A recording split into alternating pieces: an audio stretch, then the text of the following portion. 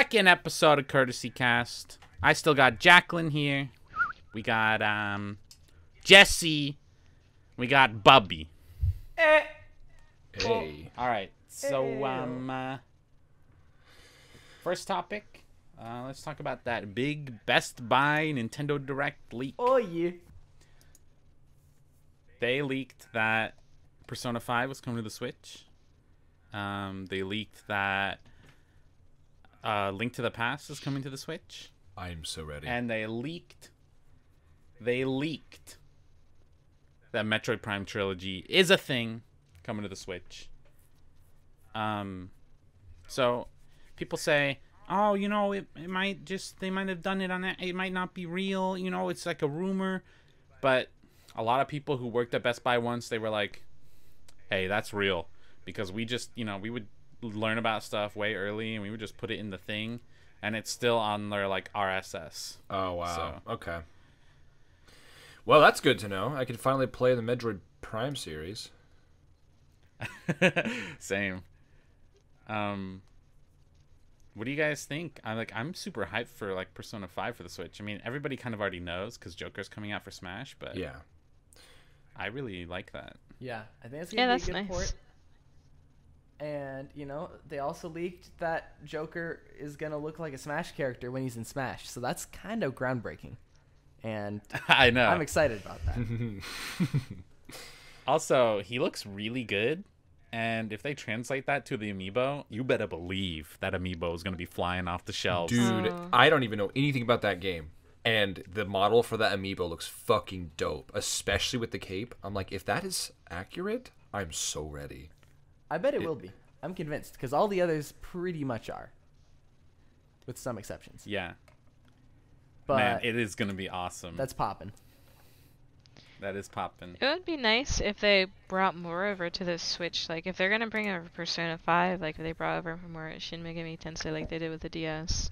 I mean, those are nice games to have portably. I know, and the thing is like, when they first did that, like, direct before the Switch is released thing, and they were talking about all the games that are coming out, they, like, teased Shin Megami Tensei 5, and then they never talked about it ever again. And now Persona 5 is coming to the Switch already, and they still haven't done anything with Shin Megami Tensei 5? What the hell's going on with that? That's a good point. I forgot. Like, I love Shin Megami Tensei. And I love Persona because it's, like, always about, like, oh, yeah, the power of friendship. And because the power of friendship, we can do anything, guys. But Shin Megami Tensei is like, oh, this is just how the world is. You know, it sucks that everybody's going to die, but what can you do? You know, it's like, it's more realistic in a sense. But, I mean, I still love Persona a lot. I've yet to play it yet, so I'm excited. Like, this will be an opportunity for me. And it's like, I like adding games to my Switch, because I could have already played it and bought it on my PS4, but I just like things to be on the Switch, you know? So it's like, I agree. It's like, this is just another game to add to it. I'm excited. Although, if it really is going to be, like, $89, like, is there going to be, like, a regular $60, or what comes in this premium edition that they leaked? Does it say any details on the leak at all, or... No, just the words, pretty much. Damn. Because if it comes with a music soundtrack, dude. Sorry, I got really excited. That music is so good. If it comes with a soundtrack, I would love that, because I went to an anime convention, Anime Next, in Atlantic City. We're going again this year. It's pretty cool. Dude, that's cool. I went to a place that sells, like, Japanese versions of video games, Japanese versions of, like, soundtracks and stuff like that. Dude. And I saw the Persona 5 soundtrack. The entire soundtrack, it was like $200. Oh. So if they... That's, like, how hot the item is. Like, the soundtrack is so good, people will pay $200 for it, basically. You never see it So coming, dude. Right? If the premium edition that they do come out with comes with the soundtrack, that would be huge. I would pay for it.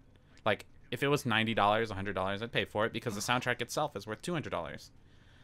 And sell it after you get the music off of it.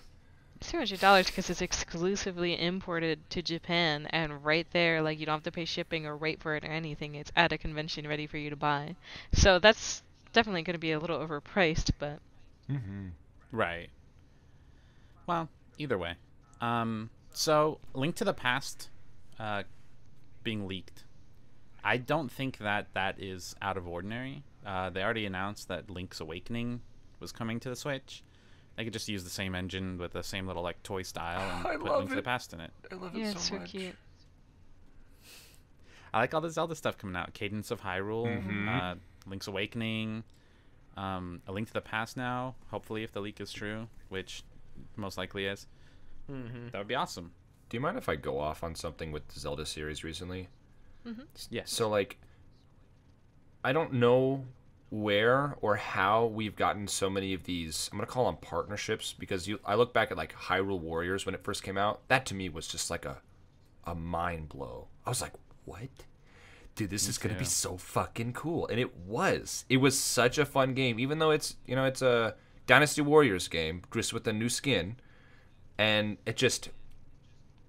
I was like, okay, so what are the possibilities that could come out of this? You know, who else can we how else can we transform the Zelda series? And then hearing about this Cadence of Hyrule, I'm like, bro, yes, this is, because I love rhythm games, and I haven't completed Crypt of the Necrodancer, but every second that I've played of that game has been so much fun.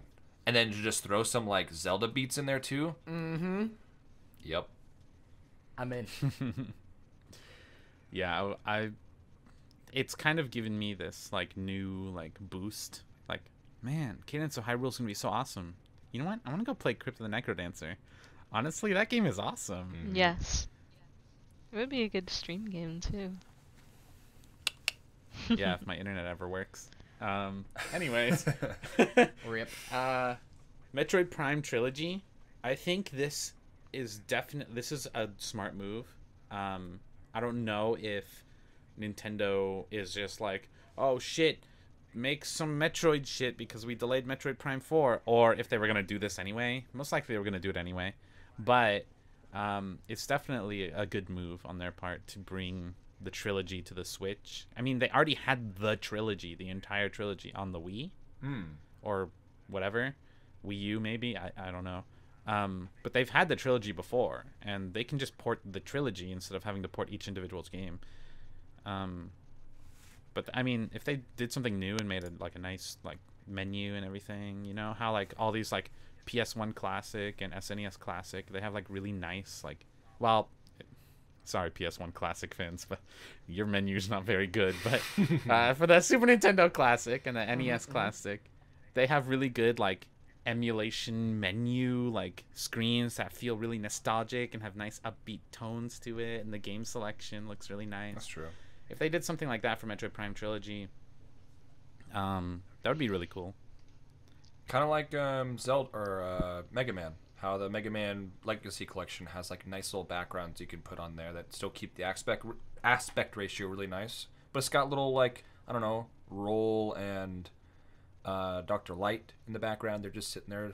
It's like, I don't know. I like that kind of stuff. It's not like, Yeah. it doesn't have anything to add to gameplay, but it's really nice to have. Yeah, it shows that like there's a little bit of heart in this. You Yeah. know? It's not just a soulless remake for money, which it is, but Yeah. but you know, they put some effort into it. It's Yeah. not complete. It's not completely like give me your money. It's okay, give me your money, but you know what? This is really cool. And then it's like, oh, okay, yeah, it is cool. But Metroid Prime, never played any of them. Always wanted to. Yeah. Honestly, the gameplay is not entirely the best from what I've seen, but it's really cool. Like, it's so cool. But I don't know, the whole scanning everything and stuff, but whatever. It's coming to the Switch, I think, hopefully, rumor, whatever, but it'll be awesome. So let's talk about the Nintendo Labo VR. All right, this is the Nintendo Labo thing that they need. Yeah. Nintendo Labo's not doing good, but this, you know, I mean, it's just they're just calling it Labo because they're using cardboard, but I mean, it's really something that people expected from the Switch from the get-go was VR. Yeah, everybody needs their own VR, and I guess it makes sense for it to be Labo themed since like that's what the Switch is going for right now. That's true. Yeah. But man, Mhm. does it just look like a meme? Like, doesn't it just look like a joke? Am I the only one who feels that way? Like, No, I it's completely literally agree like- with you. Yeah, there's something about seeing two Switch controllers peeking out like ears on the side of this cardboard box with giant camera lenses sticking on it that really just does not look appealing to put on my face. Like, I do not want to hold that to my head and then use those controllers. right?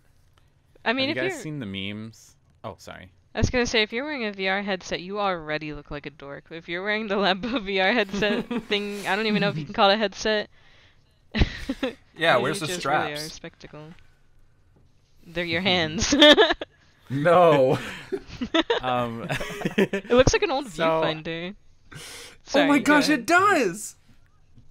Have you guys seen the memes on like Twitter or whatnot, wherever you look at memes or just see the internet in general? Have you seen the like Mario's looking into the Labo VR kit and smiling, and then inside it's just an empty box, or inside it's like No. something really weird, or it's so good. No, I have not. That sounds great. Can we combine that with the Will Smith YouTube Rewind memes? You know how it's the same Ooh. like deal, you know, where it's just like the through the binoculars and that people put whatever. Can we just like take Yeah. the already created what Will Smith is looking at and it's hot and just give that to Mario? Exactly. Or I mean, you could. It's literally interchangeable. or Will Smith is looking through and he sees the genie version of himself. That's Damn, Or that's Will- hot. Or Will Smith is looking through his binoculars, seeing Mario looking in his VR Labo, who's watching Aladdin Genie Will Smith. Yes. So, but it's only gonna be $40, and it comes out That's not pretty bad. soon. Yeah, that's not Um, bad. $40. I mean, Even for Google a joke. Cardboard is basically the same. It's basically the same as Google Cardboard, and I don't know if you guys have used that at all ever. I used it at my cousin's house in Canada. It's pretty good. I mean, it works. It's functional. Yeah, that was I don't my know if it's the impression. best VR experience you could have, but the Nintendo Switch, people have already like used like custom firmware and like stuff like that to like make the Switch into a VR display. And it works kind of. So, I mean, Nintendo had this in their patent for the Nintendo Switch since the get-go, and people have been wondering, hey, when are they ever going to do the headset part of their patent? And I guess this is it. It's just the Nintendo Labo. You just put your Switch in cardboard and attach it to your face, and there you go. It's VR. I'm not I gonna. mean, it has the gyroscope. It has the gyroscope in it. It's got the screen, which can split into two. You just put the goggles inside the cardboard, connect it, put it in front of your Switch, connect it to your face, and I guess that works. I have a lot of questions about it though. You know, like my first one is, am I actually going to be like holding this device to my face and playing it like that? Because if the controllers are gonna stay there and I gotta hold it to my face, hell no, I'm not doing that. Absolutely not. If they're And releasing then- for Breath of the Wild, I'm sure there's something you could do other than hold it in front of your face the whole time. I just want a strap so I can use my Pro controller. Okay, I paid $60 for it. I want to use it. It's called duct tape. There you go. And my second question is, that little nose piece, since the thing is primarily cardboard, will it like eventually form to your nose the more you sweat while you use it? Because nobody's nose is. I mean, and then there's also like we all have normal noses, and you have a giant nose. It's true though. It's so true. So you're gonna use the Labo. You're gonna be like, I don't know about you guys, but it feels like it's squishing my face when I'm using it, and I'm like, I don't know, dude. Maybe it's your giant nose. I pull it off and my nose is purple. Guys, I can't smell anymore. You pull it off, and then it's not even like your nose. Okay, I'm not concerned about your health. I'm sorry. I'm concerned about my piece of cardboard deforming. Because now that'll never fit to my nose again. Oh, I'll know who not to share this with then. Very selective about my cardboard deformation kits, okay? That's the other thing too, dude. Like, when I first heard about Labo coming out, I was actually really disappointed in Nintendo. I said, really, guys? We're in this age where we're trying to move away from things like this, and you guys are just throwing out more cardboard. People are like, oh, but it's recyclable. It's like, yeah, just because it's recyclable doesn't mean we should mass produce it and give it to a bunch of kids. You know what I'm saying? Like, they're not going to recycle unless their parents teach them to do that. So, well, that and I'm spending $70 for a piece of like sheets of cardboard. That's Yeah. why I was surprised the VR thing is only $40. Which is interesting, right? Because it's cheaper than a game. Yeah. I mean, you're paying for the lenses. yeah, you're just buying the lenses and attaching them to your face. And the then marketing putting is your really Switch. probably most of the cost spent on this more so than the actual development cost. Yeah, I of mean, let's producing be it. honest. They're just real 3D glasses from the movie theater put into a piece of cardboard and put in front of your Switch. You know what? Like, years Without a into the strap. future, when they release another Nintendo console that looks completely different from the Wii, the Wii U, the Switch, whatever, I want them to release a VR headset that would actually just be contacts. Like, come on. Oh, there you go. Right? That would be Like, really okay. cool. That's some future crap d- right there. We did the glasses free 3D. All right? Then we did the VR where you put the lenses on your face. Now you just put contacts in and everything you see is VR. Have you guys seen Futurama with the iPhone where they like stuck this tiny Yeah. device into your eye? That's gonna be the future of VR right there, dude. Just go. I can't remember what film I was watching, but they had like a phone inside their arm or their hand or whatever, and it was just already implanted into their body, and they just pressed it, and like it had like a display that like glowed through their skin, and they could see people's faces and talk to it and stuff. That sounds familiar. That's kind of cool. I feel like that might be the future. I don't know. I don't think we're quite at the point of cybernetic implants yet because people are like, "Oh, I want to keep my body natural." I mean, Oh yeah, we got anti-vaxxers exist. So I don't think cybernetic implants are going to jump right into the humanity quite so fast. Will we need vaccinations for the cybernetics? Probably. You might need a tetanus shot. I don't know. You don't know where that installation hardware has been before you. It's You need robot antibodies. Ooh, there we Look, go. my grandma passed away, and I just want to put her cyber phone into my eyes. Do I need to get anything? Well, we might have to detox it. I'm sort of into the old school cybernetics, you know, the Nokia sort of things that just won't break. I like folding open my eyelids because it's a sign of sturdiness and protection. And I've smacked my head so many times, these things still haven't break. I dropped them off a 35-story building and they're still going strong.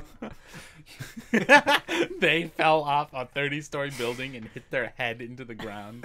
But the cybernetics are doing great, dude. Let's move on to our next topic. What's your favorite YouTube channels, guys? You go first. I'll go Let's see. second because I Start know us we're off. gonna have some overlap. Jesse, you go first. Me?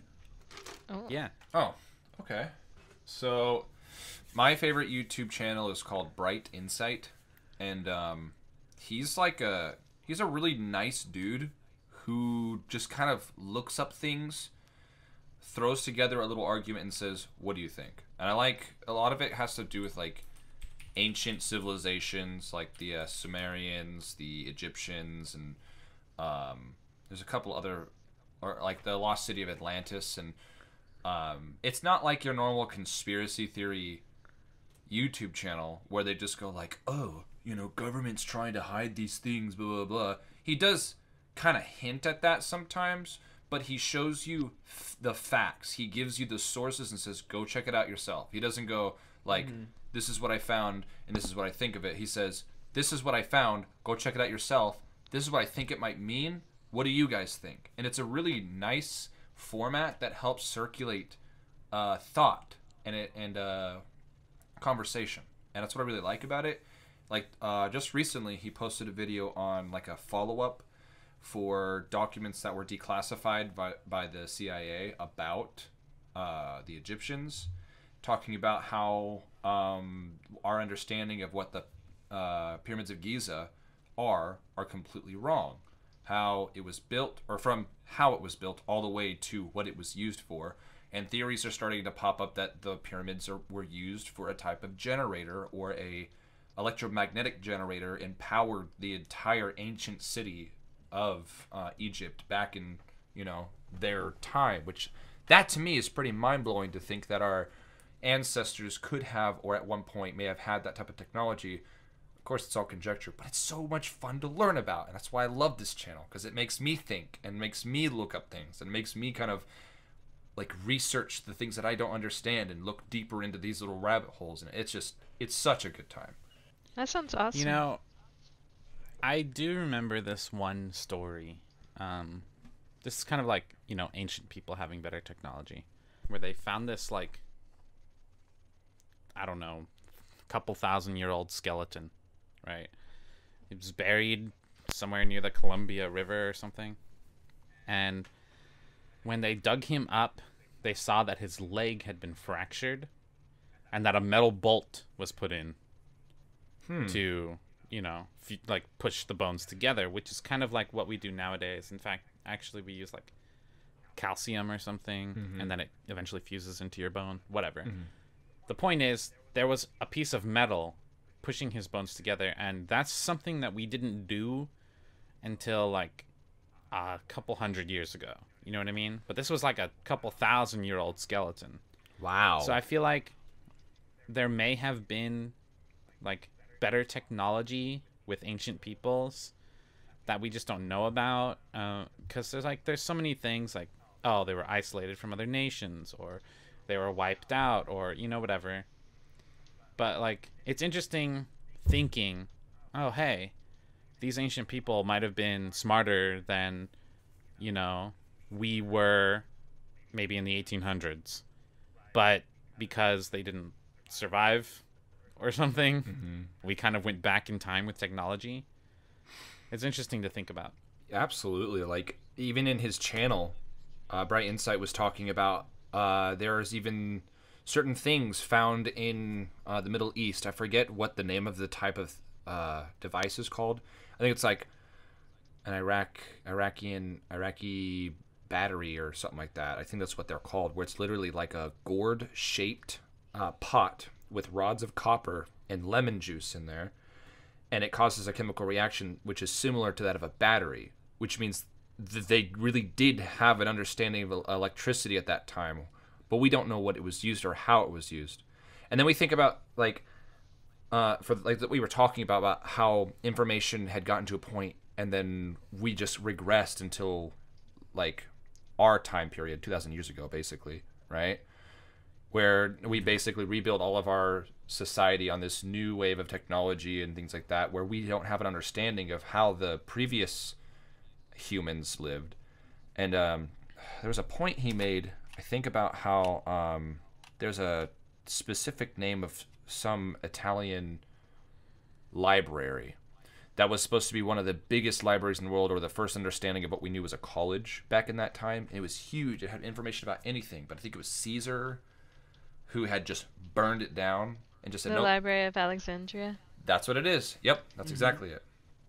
And it's, of course, theorized, because we have no basis for it, about how there could have been information in there that, like, gives us an idea of what our current understanding of ancient civilizations were like. And it's all gone. Right. Any type of actual conspiracy, like, theories aside, it is known that we lost A great deal. potentially, like, hundreds of years worth of advancement in technology because of losing so much information in that place. Yeah.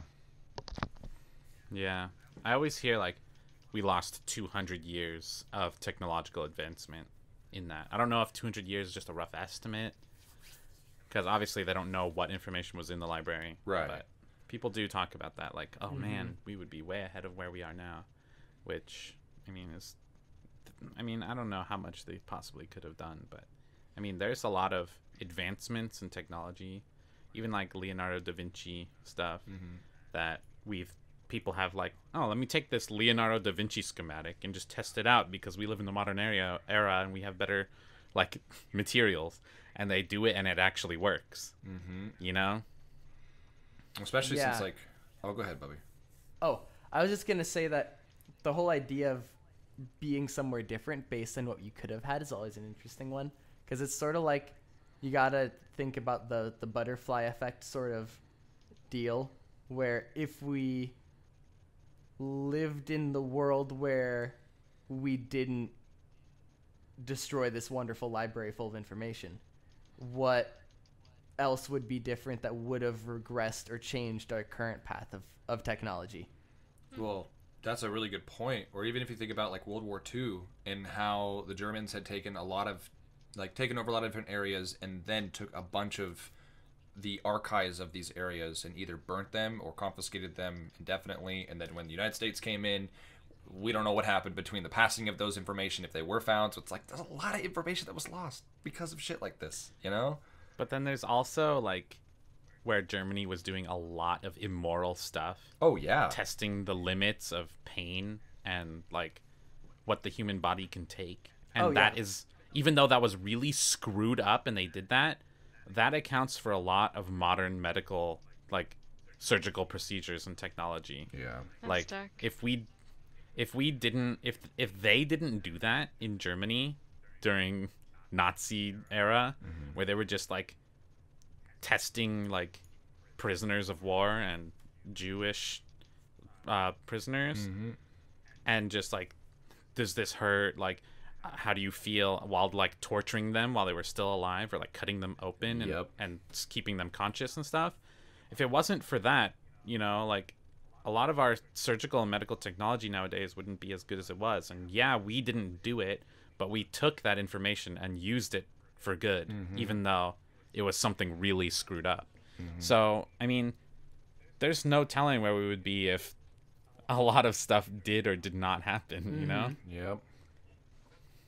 Yeah, that's sort of how a lot of things in psychology are regarded too, where it's like, damn, if only we could still do these awful things to people. That's kind of traumatic because we learned some cool shit, but also, you know, you can't do that to people.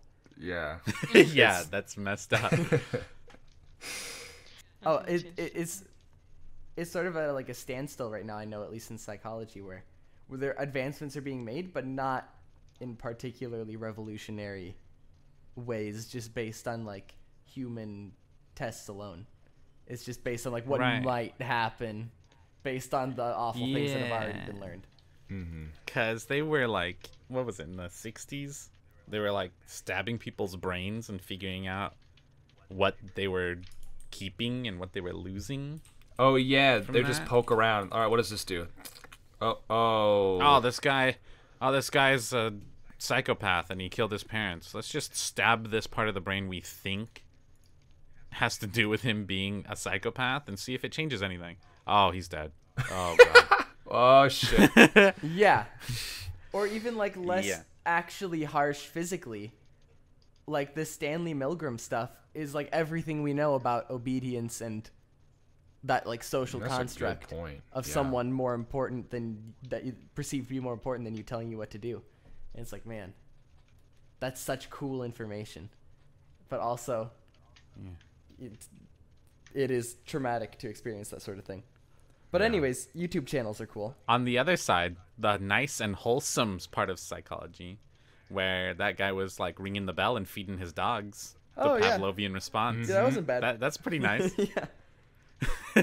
He didn't have to kill anybody or like scream at his dogs or beat them up or stab their brains or anything. He just rang a bell and fed them, and then when he rang the bell they started to salivate. And he was like, wow, we can associate stimulus with things that we want or like. Yeah, but then they did the thing with with the kid that was afraid of bunnies, where they would like play a loud noise and shock the kid every time he saw a white bunny, and every time he sees bunnies, he was like duh, and got jumped. Yeah, that was. Oh, that's terrible.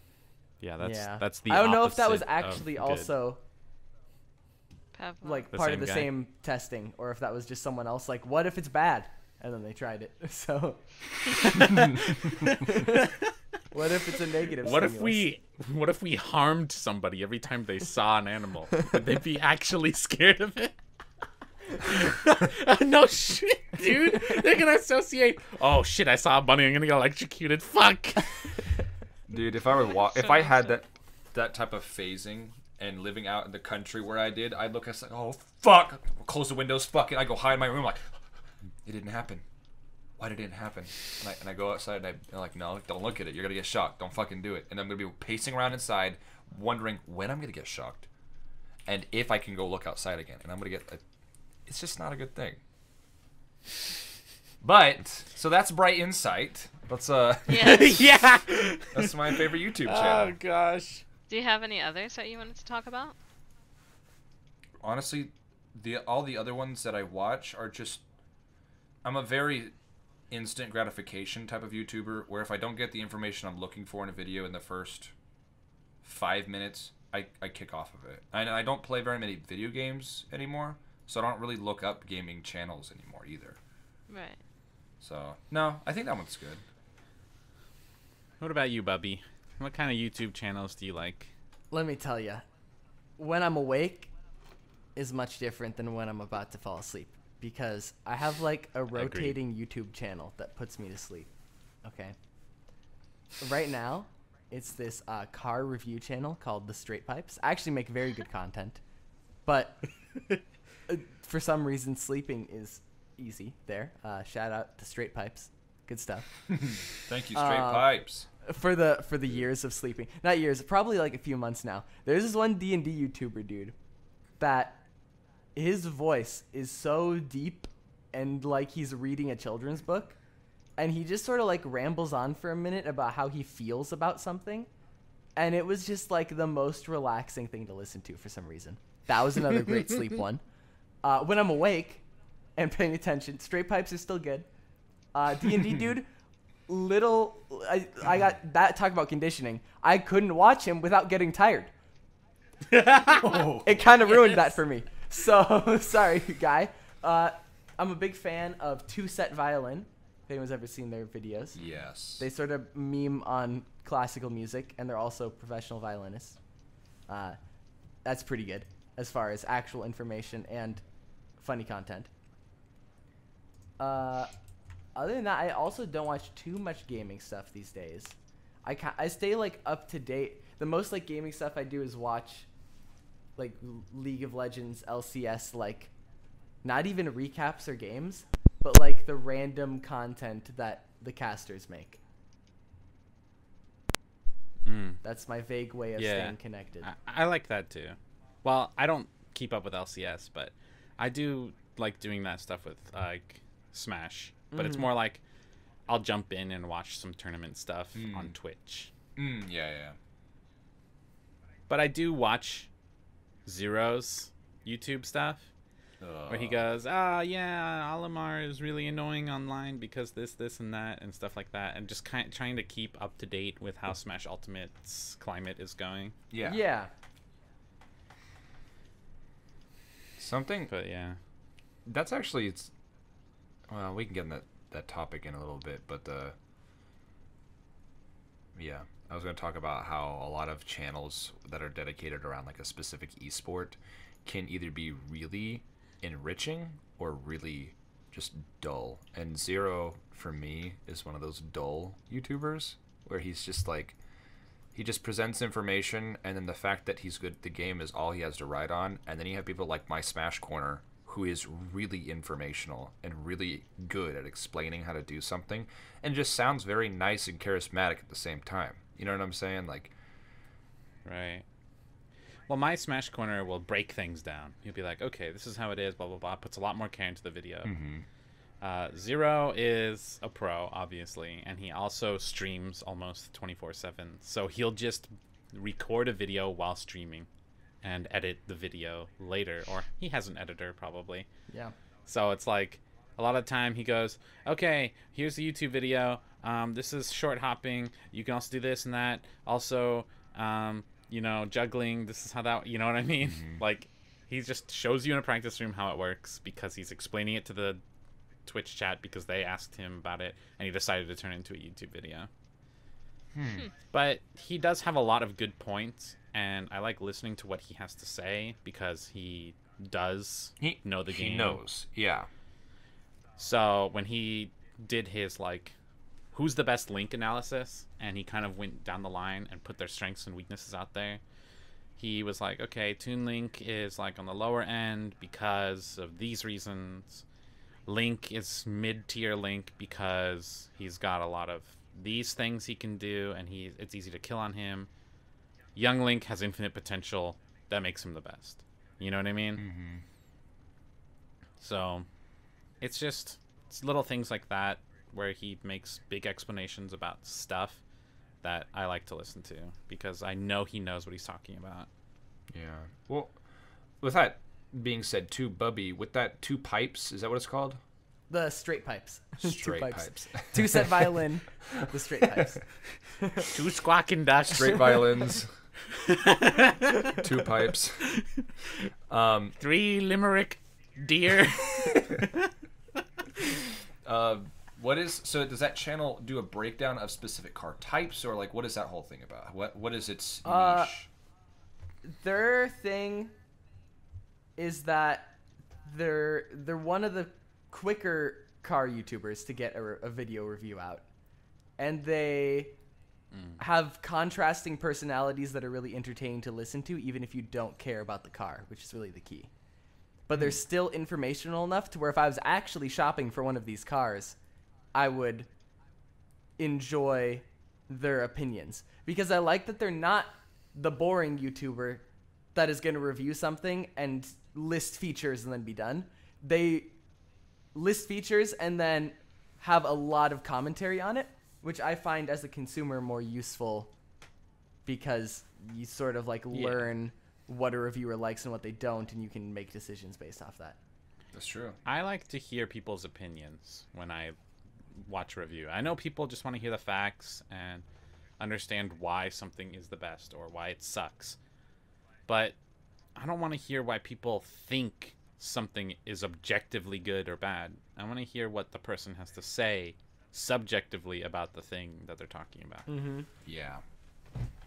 Especially if I vibe well with the YouTuber, then like they're like talking like, oh, this, you know, it's kind of good, but you know, this is why I don't like it, and I can see why other people do like it, but I don't. And I'd be like, you know what? Yeah, probably me too.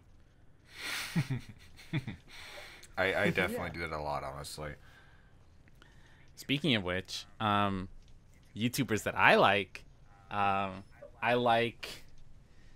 this one YouTuber. I watched him a long time ago, but I recently started watching him again just because he started doing different content. It's Brutal Moose. Hey. Oh, Yes! I heard of him. Yeah. I would watch his like game reviews and stuff like that, but he's been doing like food reviews of like frozen foods and stuff, and I don't know, I really like how straight he is with what he's doing, and then also he doesn't just go, okay, this is what it's like, whatever. He goes, okay, I'm gonna look up reviews and see what other people say, and then other people say, oh, this is the reason why it sucks, and he's like, yep, that is, or something like that. And it's just so, the way he edits his videos, it could be anything. Like he could be doing something like really boring or weird, and I would think it's hilarious because the way he edits his videos, it's like, it's such a good time just to watch a video from him. Yeah. It is like the best editing on YouTube I have ever seen. And it's not like overbearing. It's actually like, it's just like fun. Like the whole video has content to it, but then there's like a little story going on in the editing at the same time. That's It's just cool. so fun. I like that. It's silly. Yeah, definitely but check him out. you can definitely tell like he puts so much work into his videos. And that's really nice, especially since a lot of people are kind of shifting over to Twitch. they just kind of like play games on Twitch and then edit down for a YouTube video. You can tell that he still really like is passionate about his like YouTube videos as like projects. Mm-hmm. Yeah, it is so awesome. If I could hop on board onto that, because Brutal Moose is one of the guys that I was gonna say. Jacob knows him a lot better than I do because he's been watching him longer. But I started watching the Brutal Foods videos with him. I watched a couple of his game reviews. They're also really nice. But it got me into watching his Twitch stream, and it's super chill. Like, it's so much fun to watch him because his audience is still, like, small enough that you can sort of, like, read all of chat if you want and have a conversation in chat. That's cool. Everybody's really friendly and welcoming, and he engages with his chat a lot. It's just like you're hanging out with a dude, and he's playing, like, these old or silly games like Roblox or, like, Diddy Kong Racing. Just, like, like video games you would want to play as a kid, basically. That's awesome. I like that a lot. Yeah, I love it. I'm gonna go. He's drop this very guy a follow. relatable too. Huge shout out to Brutal Moose. Check him out. Literally anything he puts out is like gold. It's like quality content every time. He's so funny. Okay. Another YouTube channel that I like, everybody likes, Donkey. Oh yeah. I mean, his newest video with the Xbox Direct, I didn't really care for it. But a lot of the stuff that he puts out, like his Sekiro video, like had me dying. His freaking his prank calls are hilarious. Like I can't I love stand those. it. It's Big so funny. Yoshi. I'll be like laying in bed. Okay, let's just watch like one video of Donkey, like before, like the video I didn't watch. Like I saw the notification while I was at work. Let's just watch it right now before bed, and it will get me like I'll be dying of laughter in bed at like 1 o'clock, 2 o'clock in the morning because it's so funny. Like that is definitely not somebody you want to watch before going to bed because that just activates me. Another YouTuber that I like to watch, especially for like for getting ready to go to sleep, or just I'm playing a video game, I don't want to look at the video, I just want to listen to it, is The Completionist. Yeah, that's actually a good guy to do that too. Yeah. I love completing video games. I love 100%ing video games. It fills me with like such a profound sense of satisfaction. Mm-hmm. And the fact that there's somebody else out there that's like that, and he like talks about what it's like to go through the struggle, what it's like to like do it, and what you get as a reward for doing it, that just goes really well with me. I'm a completionist, so I like watching The Completionist. I like, especially for games that I'm not going to complete. Yes, that's exactly what I was gonna say too. Because like, there's so many games where I'm just like, you know what? He's got a video on this. Let's see what he says about it. And I watched it. I'm like, yeah, no, I'm glad I didn't play that. Same. But yeah, he's really good at putting me to sleep. I respect his like what he does. He is cheesy at times, but it's like Jesse Cox cheesy, you know? Yeah.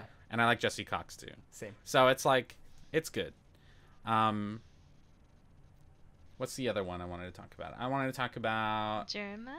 I was gonna say that. Jerma985. Oh my god, this guy is a riot. Everything, it's like Brutal Moose, but like just the comedy aspect with no editing. He is such a funny guy, and he does so much. He does so much. He will go so hard for a joke. You know what I mean? Like, he does everything on Twitch now. He doesn't do YouTube anymore. But on Thanksgiving, he hired a whole bunch of actors to pretend to be his family and invited them into like a house with like a dinner table and pretended to be like part of a really, really terribly dysfunctional family on Twitch. He did a lie detector test with like a psychologist or psychiatrist or something on Twitch where he was saying things and that whether they were true or not was being shown to the Twitch chat, but not to him. He does crazy stuff. He goes out there and goes over the top for like these huge performances. Like he's it's like a show. You're watching a Twitch stream, but it's like a stand-up comedy every single time you watch it. It is so funny. He'll go so far for a joke that like even he finds it ridiculous and he'll just start laughing. He's like, why am I doing this? Like, what is going on? He's so entertaining to watch. I've been watching him since he played TF2 on YouTube, but Same. Man, are they good videos. Like, or the videos on his YouTube channel, but also just watching him on Twitch. It is so funny. There's a big difference in being able to see a YouTuber go on to stream. Like, I used to watch a lot of Critical or Penguin Z, and he has a really like strong presence as a YouTuber, but when you see him in stream, it's like it's a much more genuine look to them. Yeah. And it feels like, I don't know, there's just something nice about it. And it's like, you know what? I'd love to just sit here and hang out, look up stuff, or do, I don't know, homework, research something while I'm sitting here watching one of my favorite, internet personalities. I like that. It just reminds me of that because of how you're relating how Germa transfers over to Twitch, and it feels a lot more invested than just watching videos he produces. Right. Right. Yeah, his stuff, I think it kind of speaks. I'm not saying that every YouTuber has to do this, but I think it kind of speaks to their level of like inspiration and creativity and like kind of looking at YouTube and Twitch as something they want to do, not just as like a job, but like as a hobby and something they love. When they don't just churn out the same videos all the time, but they always have like some sort of little project, like secret thing going on in the background. And he does a lot of stuff. Like he plays games all the time on his Twitch channel, but he does a lot of stuff that's like skits, like Jacob talked about. And it's just, I love the creativity that he's like never lost. I started watching him when I was always playing TF2, and his whole channel was like TF2 oriented.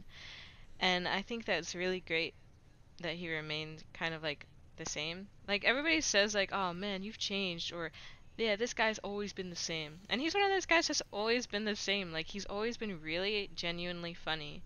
I love that he's funny without, like, I don't want to say that he's family friendly or anything because he's not, but he's not super crude and he's not super edgy. He's not like pushing the envelope with his humor ever. He's really got like that silly, goofy humor that I sort of have, where like you don't have to make like a dirty joke or anything. You just gotta be wacky most of the time. Mm-hmm. Mm-hmm. And that's like what makes it so fun, like watching his streams, because even when he's not doing anything planned, when he's just hanging out, he is like the type of guy who always has like antics happening. I love that. That's awesome. Yeah. And the skits, man, the skits really make Germa. Like, okay, his videos or his streams where he's just playing games, they're hilarious.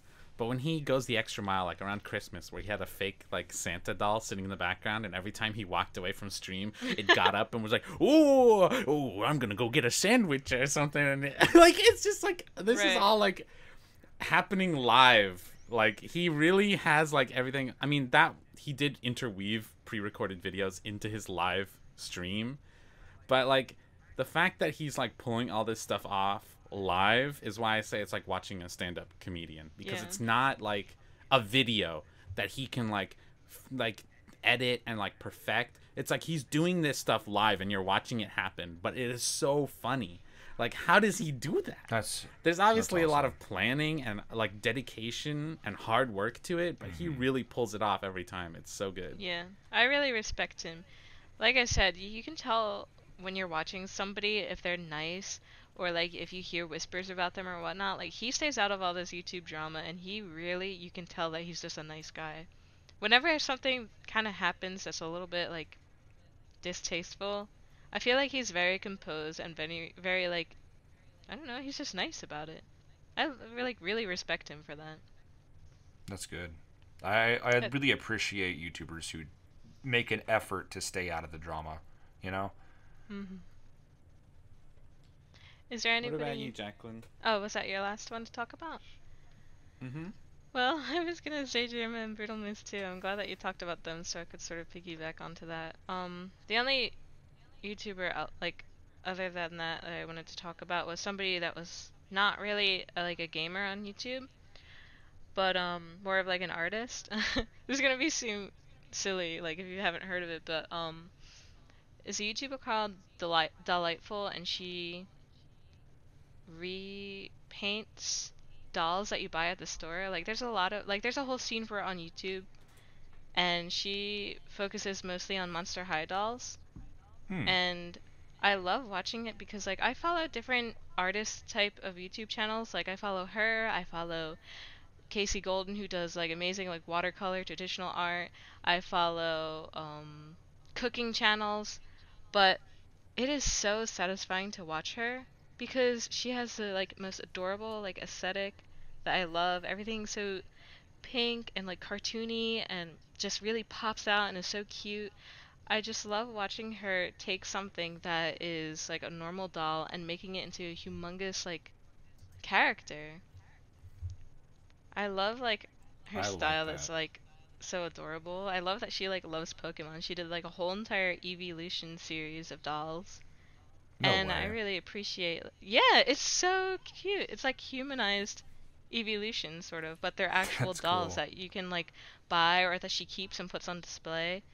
And I just think she's so talented at like what she does. Cause I've watched other doll creators and she's always been my favorite. I've watched her for like 2 years.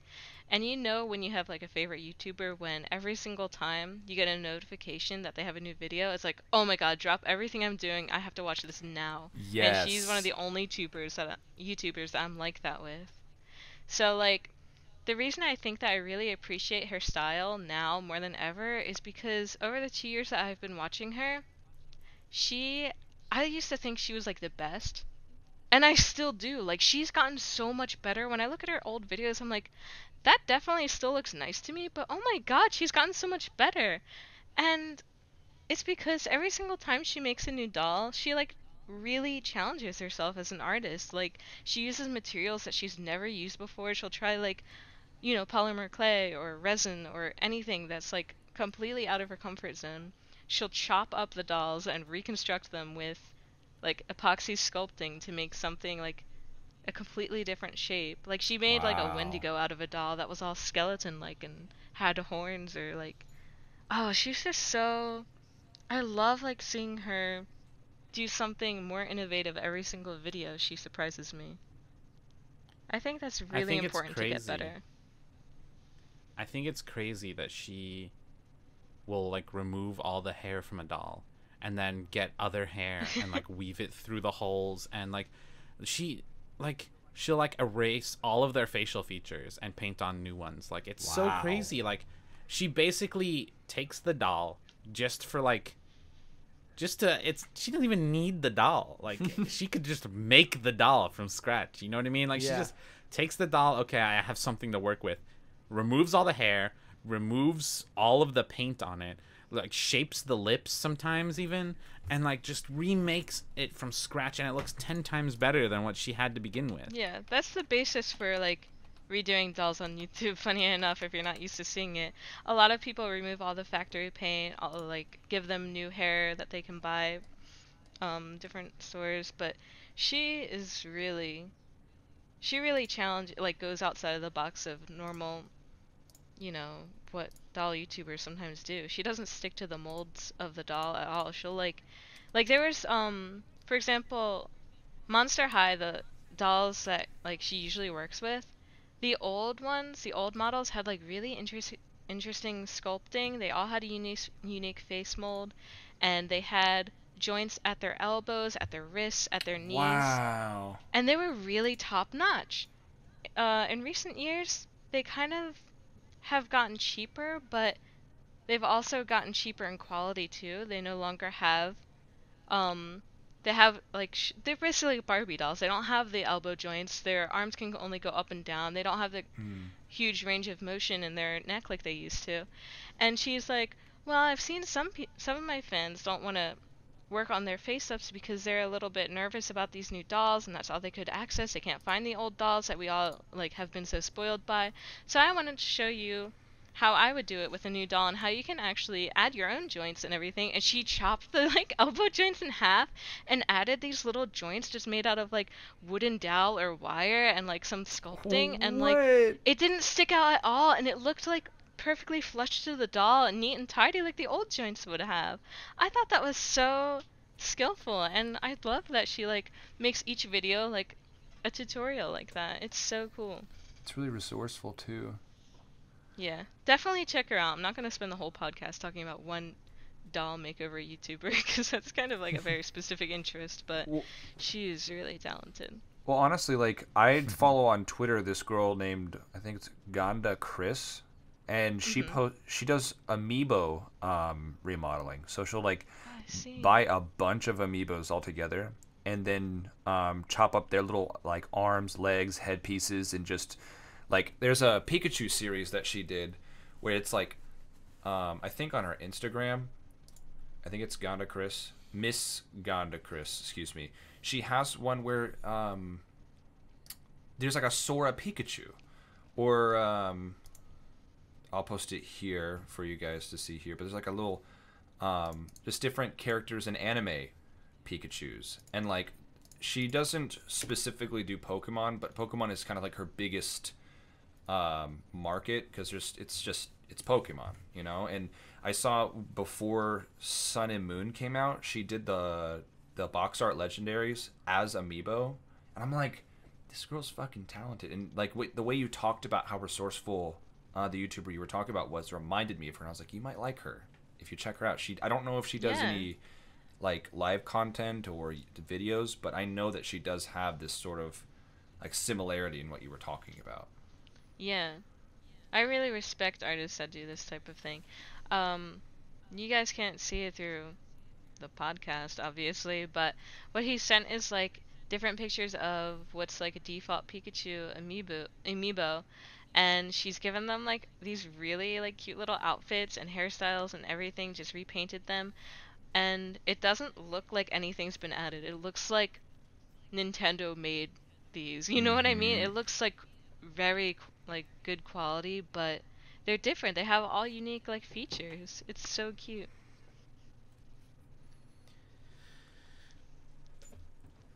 Is there any other YouTube channels you wanted to talk about, Jacqueline?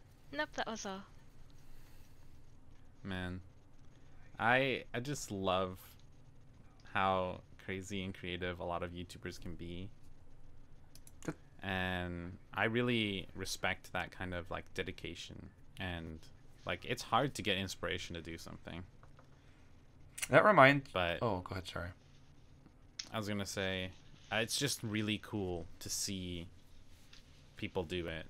Like, you gotta, when you're watching the videos, it's nice to consume the content, but it's also nice to look at it and be like, wow, they really did that. That's so cool. Yeah, that ties in with what I was going to ask too. Like, if in your own perfect world, where you had all the skills to do whatever it was, like whatever kind of content you would make, what content would you make?